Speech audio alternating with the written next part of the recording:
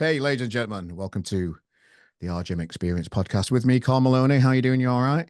We're here for another week ahead of us here at the RGM podcast, delving into the grassroots music industry and beyond and finding interesting people in it. And you might have seen this guy's face before. Back in episode 128, delve into the archives. We had Pierce and Liam on at the time on the claws. Hi, mate, but it's just Pierce today. Well, I say just Pierce. Yeah. You're the main one being the singer anyway, aren't we? I think the rest of them would probably have questions about that. But Yeah, no, I'm only taking the piss, boys. If for you the want. purpose of this interview, Yeah, man. So Pierce, we were just having a little chat before, and it was back in November when we had a chat last time. So people, back on the previous episode, we had a good chat about you growing up in Birmingham and the political atmosphere in Birmingham. You know, the council has gone broke and all that kind of stuff, and how difficult it is for new bands at the time. We've been through all of that. Delve into the archives if you want to hear that chat, ladies and gentlemen.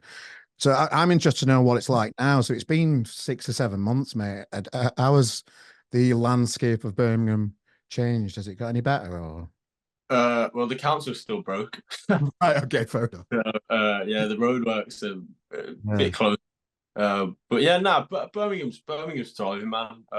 nice. There's always you always get sucked into a bit of doom and gloom around this city sometimes, but every time I step into the city centre, like you just realise that it's just a great place to be, and it's a great place to grow up, and it gets so much stick, but it just doesn't deserve it. Like there's so much it's got to offer, and yeah, it's been a kind of hope for us since we started making music, like just coming out of college, that we wanted to try and put our city back on the map and give it a good name again, which is a tough task. Yeah, well, good on you, mate. You know, those type of things aren't easy tasks to take on, are they? You know, it's you can sometimes worry too much about that kind of stuff and not focus on what you're doing as well, because there's a big old world there outside your home city, isn't there?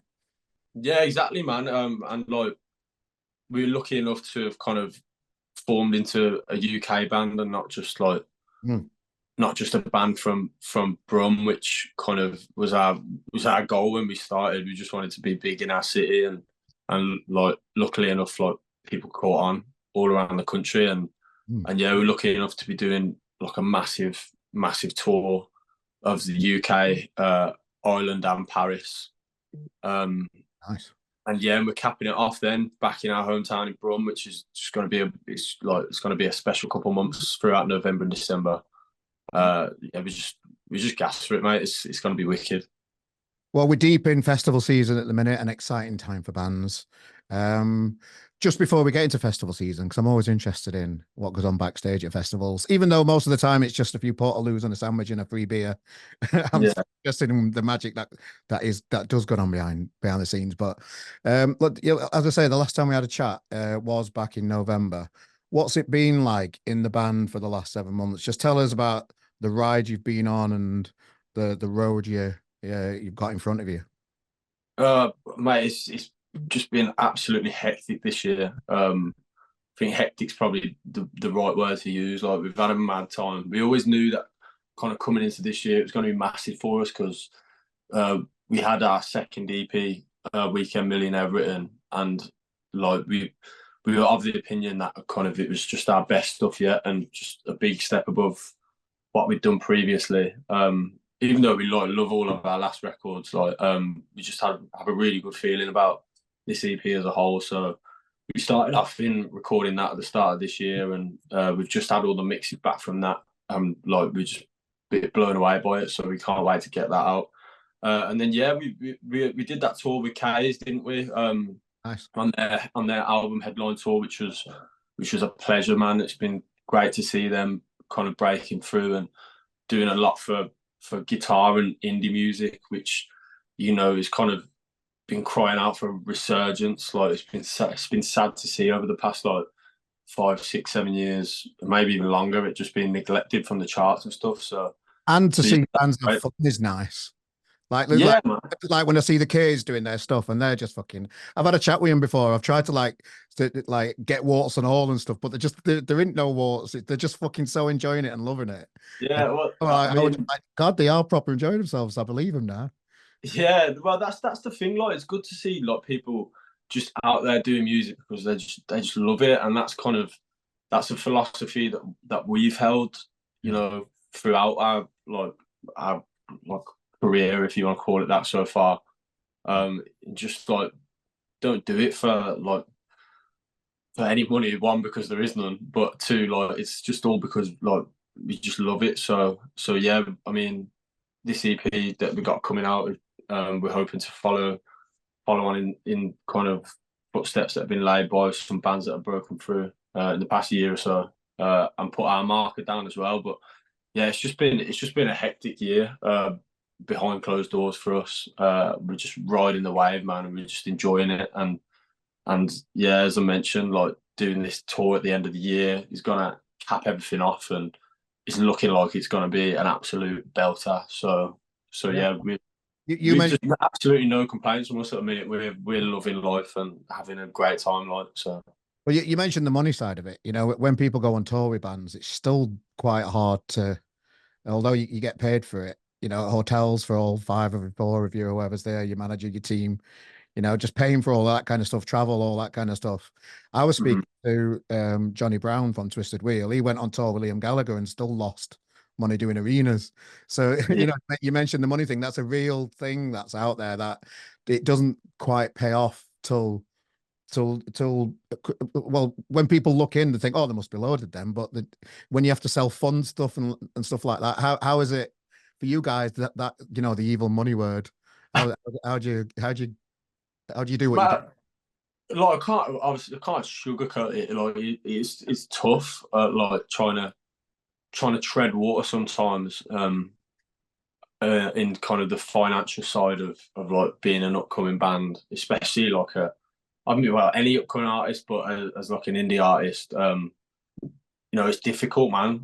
Trying to get around to all your festivals and stuff, and Mm, travel costs, and then on top of that, if you're an independent artist without a record label, like as we've been for all of our career up to now, like um, it's difficult going in and paying for recordings if you want to reach that top quality of work that's being well, the output of these like wicked producers up and down the country.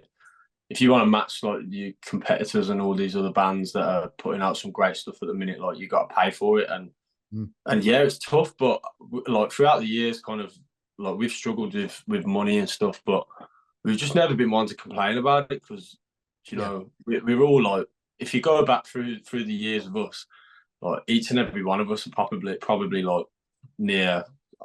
I've actually got to venture probably near 10 grand in the hole each, like from just stuff we paid for.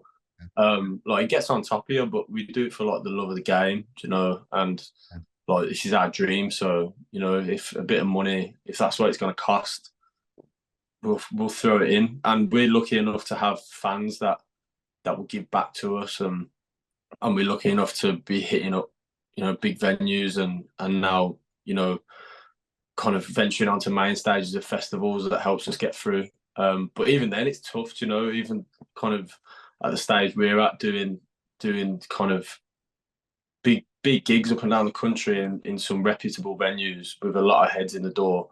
yeah. Even then, it's difficult. So yeah, I do kind of feel for and I feel the pain because we've been there. Like everyone trying to start up a band nowadays, like it's tough work. Like it's tough work, but And it's that, work. ladies and gentlemen, is why you should buy a t-shirt if you like a band. But it goes so far, doesn't it? You know, streams are no Yeah, good. That's never going to get anybody out. But it's like, you know, a t-shirt by a band that's, you know, self-funding these things. It makes the world, doesn't it? And what I did see recently, sorry to point, I don't know why, I got a bit excited. I was over at Tramlines in Sheffield and I saw a little few kids with claws t-shirts on. I'm like, oh, we like that because you played there recently, didn't you, over the weekend? yeah, yeah. No, we did at Tramlines Festival, Yeah. and now we weren't on Oh, I've Tramlines. got it on. No, I saw some with it with clothes t-shirts on. I Yeah, wanted lilacs. yeah. And I saw a load of kids with lilacs t-shirts on, and there were a few with the claws on, and also I thought, oh, nice one. Oh no, that's class. Like we weren't even at Tramlines this year, so we've never, to be fair, we've never actually played Tramlines. But yeah, it's great. We're spreading like the plague, and we I love seeing that. I love seeing that. You know, just like people, there are loads of people with ratings t-shirts on them, but it's that kind of, you know, we're in Sheffield and you know, and that kind of stuff. But just seeing like the Lilacs and your band, and there were loads of people with K's t-shirts on. You know, like that the industry that's like the bands that are just about to fucking blow up. It feels like just feel yeah, yeah, yeah. it feels like something's about bubbling, and you're part of it. Does that Yeah, feel?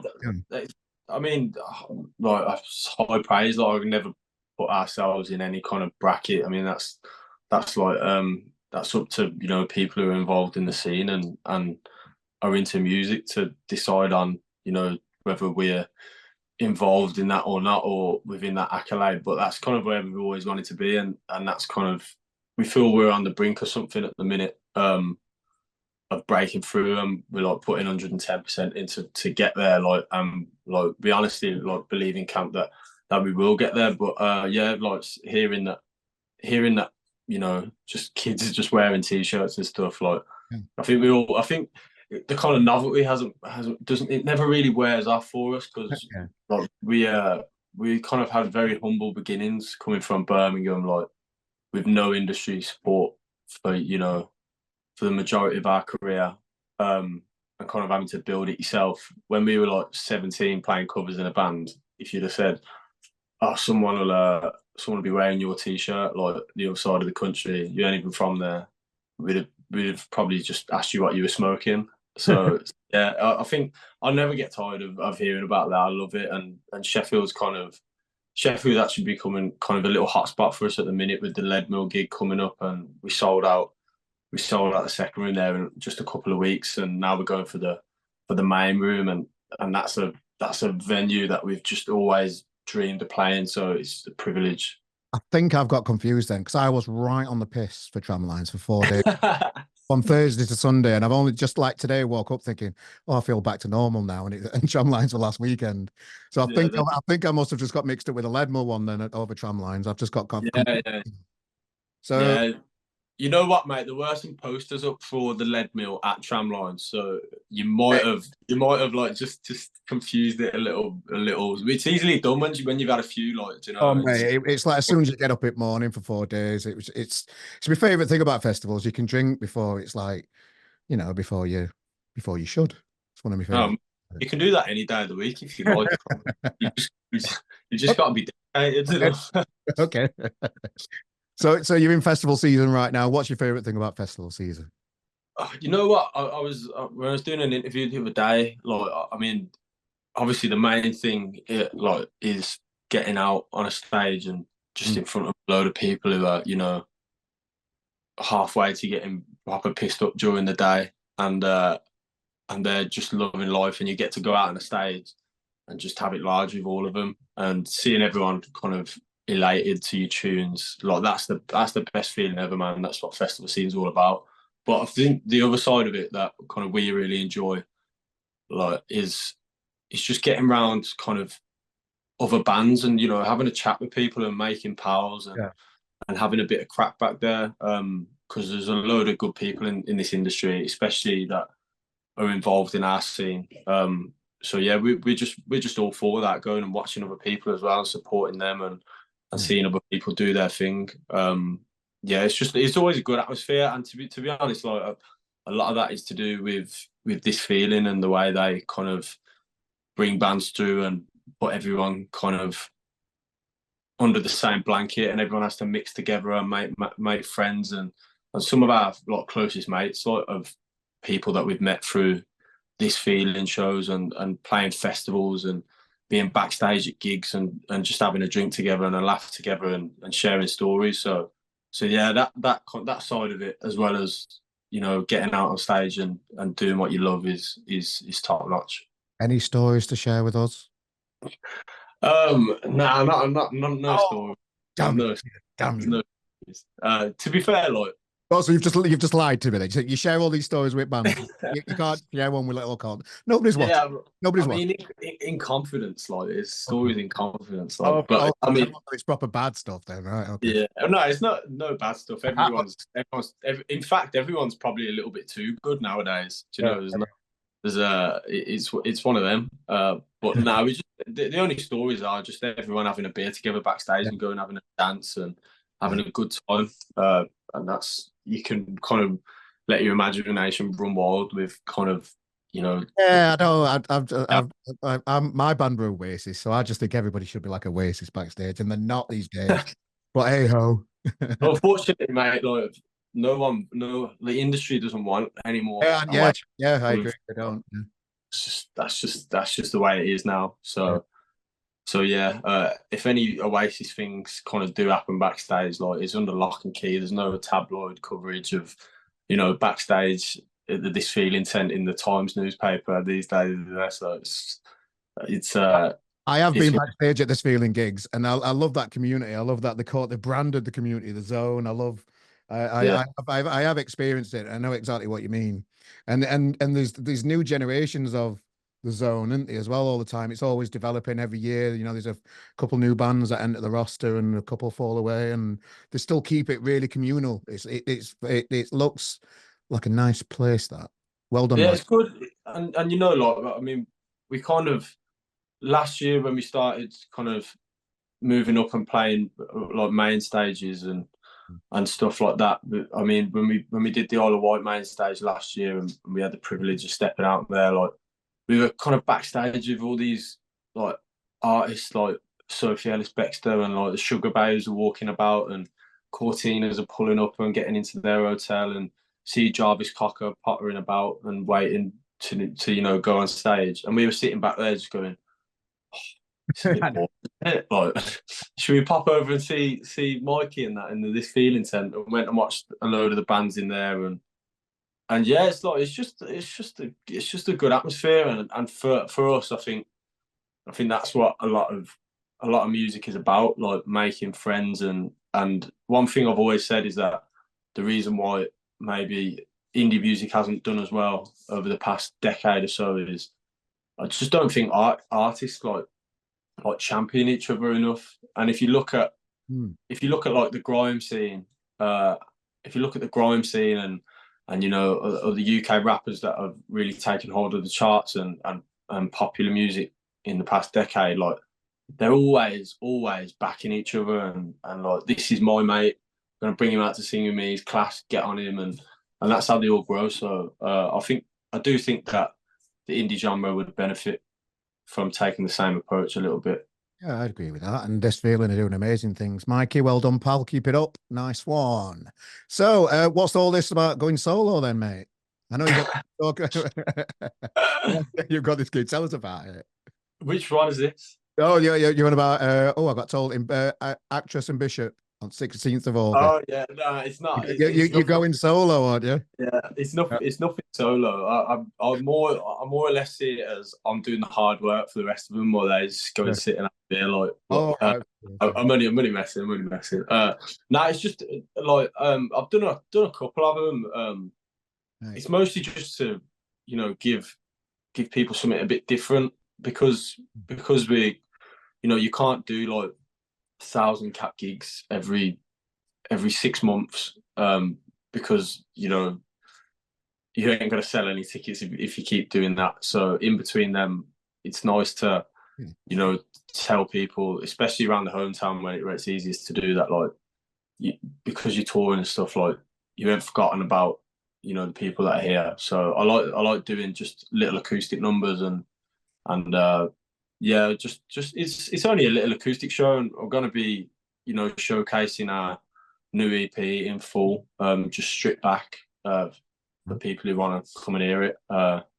And yeah, I think we enjoy that because we like we like the stripped back version of us, and we're a sucker for a ballad sometimes and a little love song. So yeah, it's nice to just go out and simplify it, and all the lads will be in the booze as well, like watching and having a drink and probably heckling me. All so right. so yeah. That were interesting what you said then, that they might not come back if you keep just doing like big cat ones. What did you mean? It's more that because obviously we've been lucky enough to have been given the opportunity to step up and like headline places like the Institute in Birmingham, which is 1,500 people. You can't. We used to gig in Birmingham when we started. It would be like once every 2 weeks, like religiously, for about 2 years, and you can't do the Institute every 2 weeks. So we kind of find ourselves, not playing Birmingham for a year, and it's becoming on like a yearly basis now, which is kind of, it's necessary because you can't do those big Yeah. gigs, every week. But yeah, it's nice to just, if we have an opportunity to do like a little acoustic show and like and for people who are living and around here. And to be fair, actually, people are driving in from loads of places to come and watch those little acoustic shows. So yeah, it's just nice to be busy in and around Brum and stuff like that. Yeah. Well, where's the next like stage in Birmingham after the Institute? Then where can you see yourself being after that, or is that Well, the next stage is the academy, okay? which is, I think we did actually look at doing the academy this year, but it just didn't really sit well for us. So we did the Institute again. I think the academy is just over 3,000, if I'm correct. Yeah. So like it's a big old room. I think that's where, if I was going to say, is a bit of a struggle for artists in Birmingham. Like if you do hit that ceiling of, playing the Institute, to go, and there's not really another step on the ladder before you start doing academies and stuff. Whereas like in Manchester, kind of you do like the Ritz. Yeah. I think it's like you'll start off maybe at You the like Deaf Institute, you could do Night and Day, then Gorilla, then Ritz. and then Gorilla, then Ritz, and then step up New Century Hall, and then I think All is the academy, yeah, is the academy in there as well. And I can't remember the caps of all of them, and then you kind of make your way up, and then do oh my god, what's the big venue? Big O2 Academy in Manchester. I forgot the name. Apollo. Yeah, and then you got the Apollos. All these, you can keep stepping up, Yeah. kind of, with your progression. And I think Birmingham maybe just needs a couple more gig venues in and around the city to really help, the music scene bubble a little bit more and thrive. But it's difficult, especially when there's no funding and stuff, and a lot of kind of the grassroots venues actually are closing down rather than opening up. So yeah, I think, just on another note, it's important for people to just still go out and support those places, because if there wasn't, like, for example, the Sunflower Lounge and the Rainbow where we started off, we wouldn't exist. And majority of other Birmingham acts that have come through in the past 20 years would not exist either. So you got to look to the future and protect those places. So let's look into the future then. So what's coming up? There's got to be an album coming up soon, surely. Yeah. I know you've got this big tour. Tell us about the big tour first. Yeah. So yeah, the tour's going to be mental. As I said, kind of touched on earlier, like we're playing venues that, like, when we started out, we dreamed of playing, like the Lead Mill, for example, Gorilla in Manchester. Like, there's always been on our hit list. O'Meara in London is going to be a big one. Those are just like a couple off the poster. Yeah, it's just going to be mad, and like, we thought it was the right time now to kind of make a step up in capacity and get heads through the door. And like most places are now 3/4 sold. So yeah, it's just going to be wicked, and we're trying to head to like as much of a sellout tour as possible. And I think hopefully we'll get there and sell the whole thing out. That's the aim. So yeah, we just feel blessed to be doing it, and we can't wait to go and have a riot, because it's kind of what we've always dreamed of. Well, I've just put the 6th of December is the Gorilla date in my diary, mate. I'm gonna come and see what it's all. Come and see what Fuss is about. Yeah, yeah. Well, we're under pressure now, then, aren't we? Fair enough. Well, so right then. So surely an album. You've done these EPs. You're building up a massive body of work. When bands seem to build up a body of work, they create something called an album. Is that how's it all? Yeah, mate, that's the next step for us. That is the next step for us. Like in reality, we wanted to do the album this year when we created our plan a couple of years ago, but with our schedules and stuff and all kind of, there's a lot of other different variables. Just didn't feel like the right time, so we chose to do a second EP this year, and then we're going to shoot for the album next year. Nice. And yeah, next year is going to be our album year. We'll let that one slip there. Which yeah, it's biggest year of our lives, mate. Really, do you know? Like we've worked on this for, well over 5 years now. It's like it's our child, So yeah, we just can't. Oh mate, we're just gassed. We just want to get it. We're not even nervous about it really. Like because whatever happens. Like we just want to get there, like, and be doing that album tour and that festival season tour through our album campaign, and yeah, it's just going to be wicked, mate. We're in the process of finishing writing that all now, and we're booked in to record it before Christmas. Sorry, I'm just rubbing my hands because it's exciting times. That's what I do. Yeah, and you know what? To be fair, mate, it's been a long time coming because like we're no strangers to the fact that like it's probably expected of us now to drop the album. So yeah, we ain't gonna disappoint when it comes. Like we can't wait for it, and it will be worth the wait. We're gonna go and smash it next year. So that's the goal. Good times. Well, we're going to be supporting you all the way, mate. Pierce, I know you've got a few more interviews today, and I've used my time up. So I wish you all the best, fella. Have a cracking gigs. I'll come down to Gorilla. In the description of this podcast, there'll be a link to your tour dates and the new EP and pre-orders and all that kind of stuff. We'll send them your way, mate. We'll set them up. You knock them down. And Pierce, I always appreciate your time, mate. Thank you. Yeah, man. Thanks a lot, Carl, mate. Appreciate it. Cheers, Appreciate it. Speak soon. Have a good day, pal.